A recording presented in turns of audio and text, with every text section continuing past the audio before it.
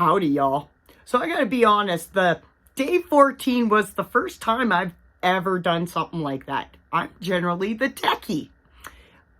God has shown me that I need to serve and step up and show you guys my face on the other side of the camera. But I'm telling you, it's a little interesting. I laugh at myself. The bloopers will come out.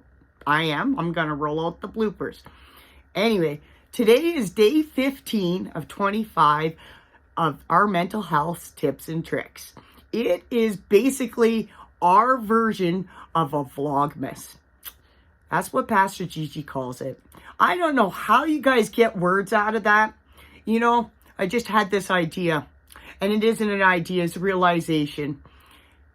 I am done with neutral gender names, and I'm calling y'all all y'all. I'm from Calgary, and it's important. And yes, this all spins into where I'm going. It's important that we acknowledge everybody in the things that we do and the things that they do, and acknowledge them properly so that they're not triggered. So today, in day 15, you want to express an interest in someone who's serving you. Matthew 23:11 says, "The greatest among you will be your servant." Anyone, and so I'm going to read a little bit on because it kind of fuels where I'm going, and it'll be able to give us what it is that this is talking about. It says, think about this.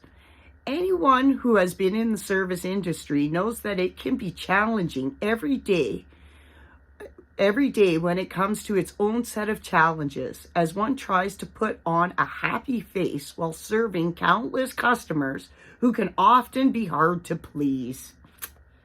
Both parties, the serving and those being served, to have their own stories of the day that predispose them to either joy or pain, trigger, love, peace, or impatience.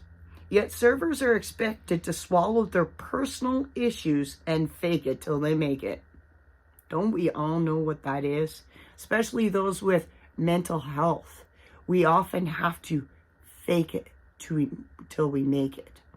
I believe we do unto others as we want to be done to us. Therefore, expressing interest in someone that is serving you could be a simple thank you. Or if they did an epic job, you let them know that. It can be in tipping. You know, you go to eat that beautiful food at that restaurant, you give your 15%. Well, did you know? And I'm going to share this with you guys because I'm a real person. My fiance delivers furniture, high-end furniture for a living. Like high-end furniture, guys. Do you know they don't get tipped? Yet they come into your house and their job is to come in and not make holes and set up your new product. Those guys work long hours. And you know what? Sometimes just being appreciated could be $5. It could be a pop. It could be you did an awesome job. You could show that your children are excited for something. Anything to turn back into that appreciation. I do a lot of serving, guys. I love to serve the Lord, and I do it for free. All my techie stuff, the time I spend with you, everything.